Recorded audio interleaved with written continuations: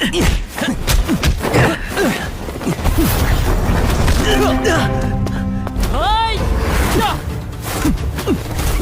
就是武道之力，白翔，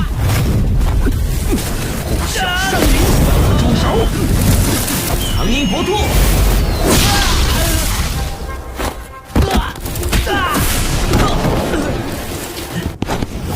剑上风要在风起时，修炼时得小心控制武器。继承空，下去。Halo semuanya, selamat datang kembali. Apa kabar kalian semua? Semoga baik-baik saja. Pada video kali ini kita akan membahas sebuah alur cerita film animasi yang berjudul Ancient Supremacy. Film ini menceritakan kisah seorang budak pedang di sekte King Yun. Dirinya terlahir kembali setelah jiwanya bergabung dengan seorang pengacara di masa depan. Ia selalu ditindas oleh semua orang, dan karena hal itu juga dirinya harus berjuang untuk keluar dari peraturan sekte di sana, yaitu sebuah peraturan yang mana sekali menjadi budak maka akan menjadi budak untuk selamanya. Berhasilkah dirinya melawan semua orang yang menindasnya itu, dan apakah ia juga mampu menulis ulang takdirnya tersebut? Baiklah, daripada kalian semua penasaran, mari kita mulai saja pembahasan untuk episode kali ini. Tanpa berbasa-basi lagi, langsung saja kita mulai videonya.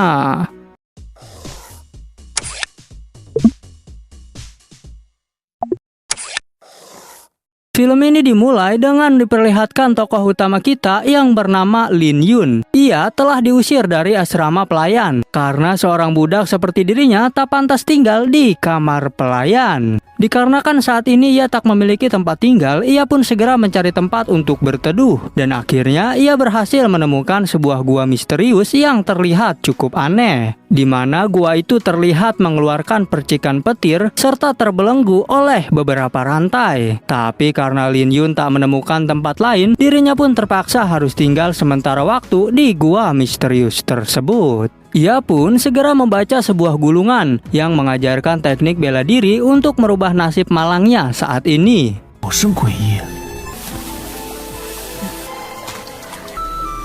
也只好先在这儿落脚了。突破这么久，一气也。 Kemudian di sisi lain, kita diperlihatkan seorang pengacara yang berada di masa depan bernama Lin Yun. Saat itu, dirinya sedang berlibur dan berada di atas perbukitan. Namun karena cuacanya sedang hujan, ia pun berniat masuk ke dalam sebuah gua untuk berteduh. Yang dimana gua itu sama dengan gua misterius yang dimasuki oleh Lin Yun yang berada di dunia kultivasi. Hal yang membedakannya hanyalah sebuah zaman kuno para kultivator dan zaman saat ini yang menggunakan teknologi. Lin Yun pun segera membuka smartphone miliknya dan ternyata ia telah mendapatkan sebuah pesan dari pekerjaannya. Lin Yun adalah seorang pengacara hebat yang dianggap sebagai medali emas di perusahaan tempatnya bekerja. Tapi saat ia tengah mencari sinyal, tiba-tiba saja dirinya tersambar petir yang ada di dalam gua tersebut. Kedua Lin Yun yang tersambar petir itu pun bergabung menjadi satu kesatuan di dalam tubuh Lin Yun yang berada di dunia kultivasi. Lin Yun yang berada di masa depan pun kebingungan karena tiba-tiba saja ia berada di zaman kuno. Dirinya pun secara tidak sengaja mendapatkan beberapa informasi dari Lin Yun di masa lalu. Dan ternyata Lin Yun adalah seorang budak yang menyukai seorang wanita bernama Su Jiao. 暴雨，没信号。 喂，我将旅行律师离青云宗，没有手机。不过。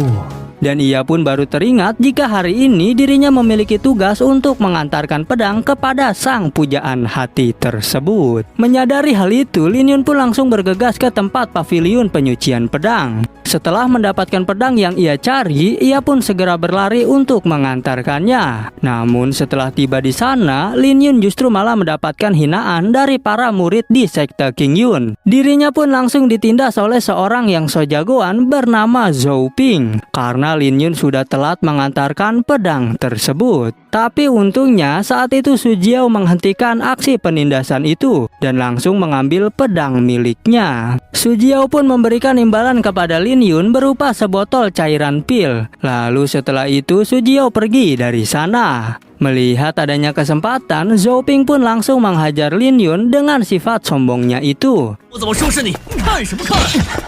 一点眼力劲儿没有，皇室面前抬不起头，耽误了苏子瑶师姐用。哦，好美， karena saat ini yang mengendalikan diri adalah Lin Yun yang berada di masa depan, dan karena hal itu jugalah ia berani untuk melawan Zhou Ping. Dan saat itu juga terjadilah pertarungan kecil-kecilan di antara mereka.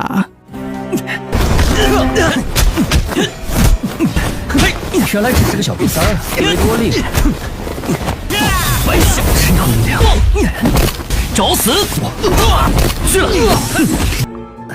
Di pertarungan tersebut, Lin Yun pun berhasil menghajar Zhou Ping hingga terluka. Namun sayangnya, Lin Yun pun juga dibuat terluka oleh serangan Zhou Ping tersebut. Setelah itu, Lin Yun pun segera datang kembali ke tempat paviliun penyucian pedang. Di samping itu, dirinya juga terus mencoba mengingat tentang informasi yang berada di dalam tubuh Lin Yun di masa lalu. Hal itu ia lakukan agar dirinya bisa mengetahui lebih detail tentang kehidupan di dunia kultivasi. Namun saat itu tiba-tiba saja kepalanya terasa pusing dan ia pun berada di sebuah domain milik Lin Yun masa depan. Akhirnya ia bisa mengetahui semua kejadian serta informasi yang berada di Lin Yun masa lalu. Ia pun akhirnya mengerti jika Lin Yun masa lalu sudah sangat menderita karena menjalani kehidupan sebagai seorang budak.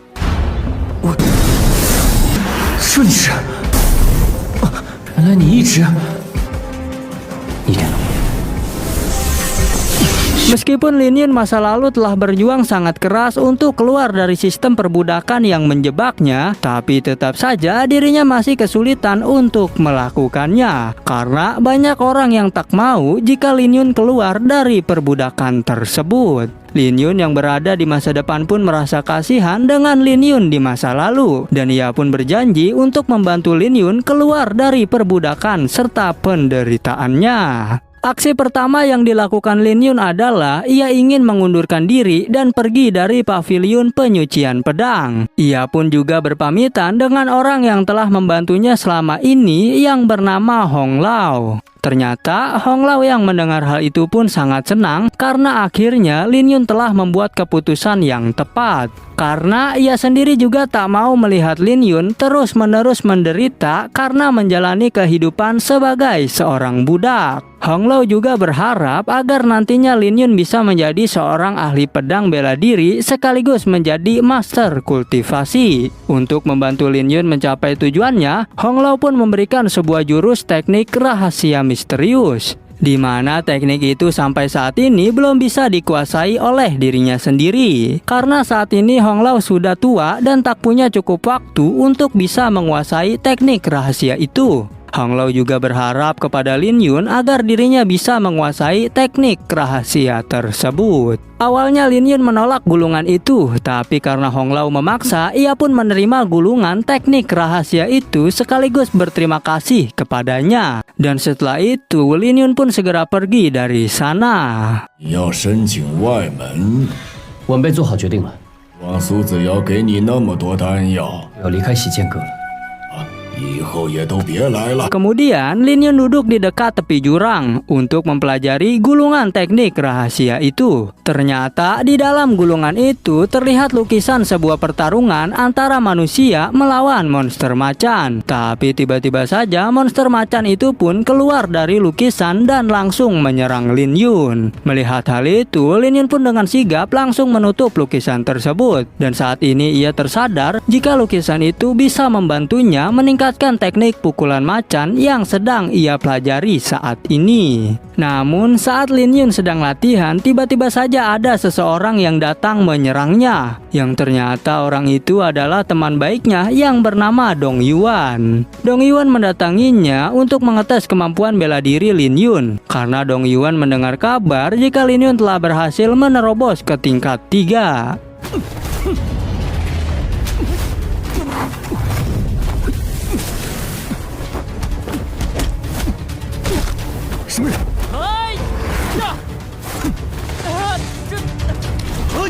Setelah itu, Lin Yun mengajak Dong Yuan masuk ke tempat tinggalnya. Dong Yuan pun sangat terkejut ketika melihat temannya itu tinggal di dalam gua. Ia pun sadar jika Zhou Ping lah yang telah melakukan perbuatan jahat itu kepada Lin Yun. Tak tega melihat hal itu, Dong Yuan pun memberikan pondok kayu miliknya kepada Lin Yun. Karena saat ini Dong Yuan telah tinggal di dalam sekte. Lin Yun yang menerima itu pun terlihat senang dan sangat berterima kasih kepada Dong Yuan. Lalu Dong Yuan pun pamit untuk pergi karena dirinya harus menyelesaikan misi dari sektenya tersebut. Singkat cerita, pas malam hari, di saat Lin Yun sedang merapikan barangnya, ia melihat catatan dari Lin Yun masa lalu, yang dimana dalam catatan itu tertulis tentang pemberian harta dari Su Jiao kepada Lin Yun, yang ternyata selama ini Su Jiao telah membantu dalam kehidupan Lin Yun dengan memberikan Lin Yun pil peningkatan serta sejumlah uang untuk memenuhi kebutuhannya sehari-hari. Lin Yun pun tersadar jika Su Jiao merupakan wanita yang baik. Kemudian setelah itu ia pun memberanikan diri untuk mencoba melanjutkan latihannya dengan mempelajari teknik rahasia di dalam gulungan monster macan. Lin Yun pun terus berusaha sekuat tenaga untuk mempelajarinya. Bahkan dirinya terlihat kewalahan menahan tekanan spiritual dari gulungan tersebut.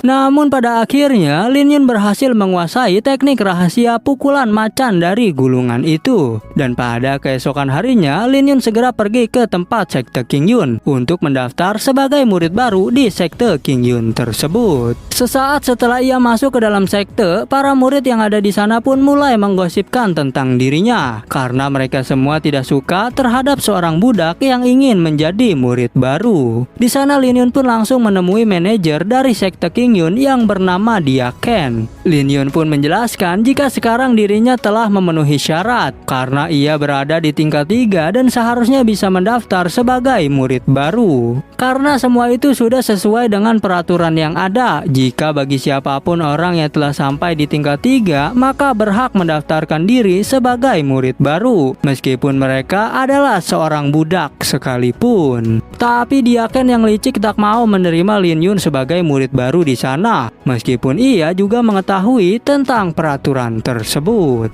Lin Yun yang pekerjaan sebelumnya adalah seorang pengacara, ia pun langsung menyebutkan beberapa pasal dari peraturan yang ada di sekte King Yun. Ia pun langsung menyebutkan pasal 18 yang berisi tentang siapapun berhak menjadi murid di sekte King Yun apabila orang itu telah mencapai ke tingkat 3, meskipun orang tersebut adalah seorang budak seperti dirinya saat ini. 今日晚未来是因为已经突破5到3重，你不行，修为达到5到3重者，这青云宗宗规第18条明文规定，按宗规，贱奴皆不例外。青云宗第3代掌门老祖，所有弟子只要达到5到3重。 Lin Yun pun mulai curiga kepada Dia Ken dan ia berkata bahwa Dia Ken adalah orang yang tak amanah dan hanya memanfaatkan jabatannya untuk kepentingan pribadi. Mendengar hal itu, Dia Ken pun sangat marah dan mengancam Lin Yun jika ia akan memberikan hukuman kepada Lin Yun sebanyak 40 kali cambukan. Dan juga dirinya akan diasingkan ke tebing refleksi untuk merenungkan diri karena Lin Yun telah berani berbicara lancang kepada Dia Ken. Lin Yun pun tak gentar sedikit pun terhadap ancaman itu. Bahkan ia justru malah mengancam balik Dia Ken jika dirinya akan memberitahu kelakuan jahatnya tersebut. Karena Dia Ken telah melakukan penyelewengan masa jabatannya saat ini untuk menindas orang lain. Dan jika hal itu terjadi, Dia Ken akan diberikan hukuman berupa dihancurkan dantian kultivasinya, serta akan diusir dari sekte King Yun. Dia Ken pun sangat kebingungan karena melihat Lin Yun tiba-tiba berubah menjadi sangat pintar. Karena dirinya tak bisa berkata apa-apa lagi, ia pun mulai menyusun rencana licik. Ternyata rencana itu adalah Lin Yun akan diuji harus berhasil bertahan dari 10 serangan murid senior di sana. Jika Lin Yun berhasil bertahan, maka dirinya boleh menjadi murid baru di sekte King Yun. Zhou Ping pun datang mendekati Lin Yun dan langsung meremehkannya. Zhou Ping juga berkata jika Lin Yun tak mungkin bisa bertahan sampai akhir. Zhou Ping kemudian mendaftarkan dirinya untuk melawan Lin Yun. Ia pun memberikan kesempatan kepada Lin Yun bahwa dirinya akan lulus jika bertahan dari 5 serangan saja. Dia Ken pun dengan senyum jahatnya langsung menyetujui perjanjian tersebut. Dan saat itu juga terjadilah pertarungan yang cukup seru di antara mereka. 2招，做人。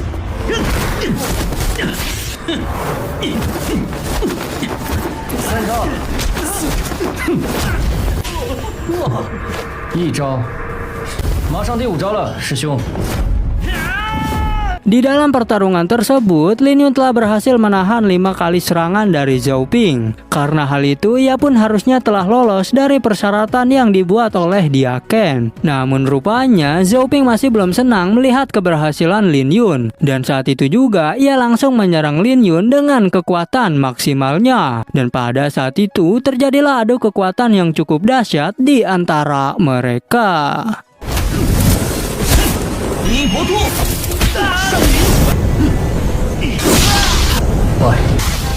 Pada akhirnya, Lin Yun pun berhasil memenangkan pertarungan itu hingga membuat Zhao Ping tersungkur. Dia Ken yang melihat hal itu pun menjadi marah dan lagi-lagi mengancam untuk mengusir Lin Yun keluar dari sekte King Yun. Lin Yun pun memberitahu Dia Ken jika tak ada peraturan seperti itu. Peraturan itu baru berlaku jika sesama murid saling membunuh satu sama lain. Sedangkan saat ini Lin Yun hanya memberi pelajaran saja kepada Zhao Ping hingga membuatnya pingsan. Mendengar bantahan dari Lin Yun, Dia Ken pun semakin bertambah marah. Dan saat itu juga ia langsung menyerang Lin Yun. Tapi untungnya tetua yang bernama Bai Yufan datang dan langsung menghentikan aksi Dia Ken. Tetua Bai Yufan pun berkata jika ia telah mengetahui semua masalah yang sedang mereka debatkan. Bai Yufan pun menyuruh Dia Ken agar jangan mempersulit Lin Yun untuk masuk sebagai murid di sekte King Yun. Ia juga menyuruhnya membantu Lin Yun dan memberikan peralatan baru. Karena saat ini Lin Yun secara resmi telah diterima sebagai murid di sekte King Yun. Awalnya Bai Yufan berniat memberi hukuman kepada Lin Yun, tapi karena ia mengetahui jika Zhao Ping yang bersalah, Bai Yufan pun langsung mencabut hukuman tersebut. Setelah itu, Lin Yun pun langsung dibawa ke pavilion harta karun. Di sana, ia memilih beberapa peralatan, seperti buku dan pedang untuk kegiatan belajarnya nanti. Lin Yun pun memilih buku teknik rahasia bela diri murni, tapi Dia Ken yang melihat hal itu malah mentertawakannya, karena dianggapnya Lin Yun tak mungkin bisa menguasai teknik tersebut.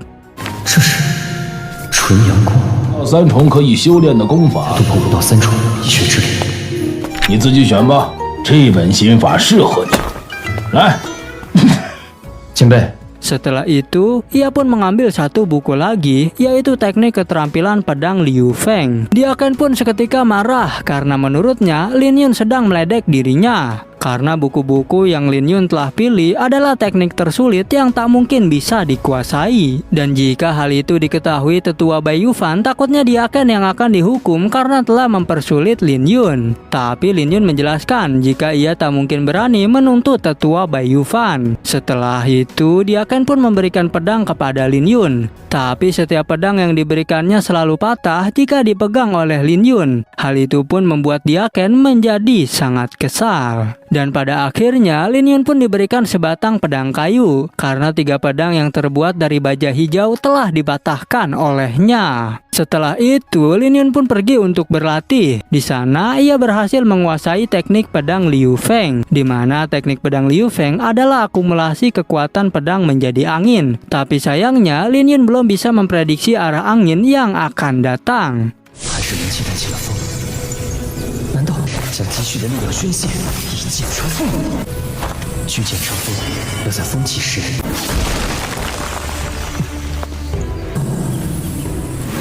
果然如此。 Kemudian dirinya juga langsung berlatih ilmu bela diri murni yang memiliki 5 tingkatan. Dan ia pun harus berhati-hati melakukan latihan tersebut.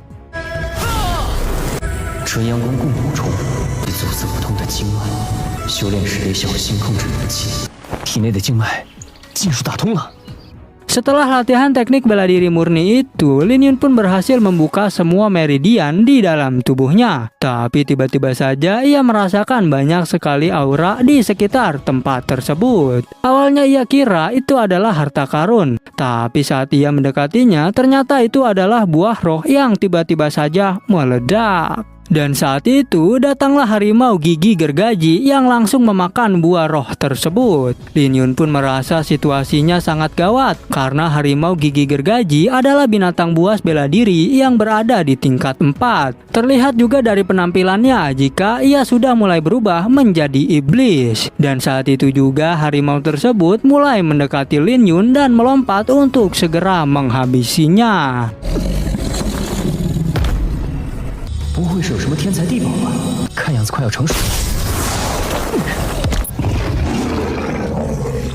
正值巅峰状态。可恶，记忆力、巨齿虎，他刚突破灵皇，看他这样子，飞门已经开始化妖了，完了。 Dan pada akhirnya film pun bersambung. Oke, cukup sekian, terima kasih untuk video kali ini dan sampai jumpa di video berikutnya.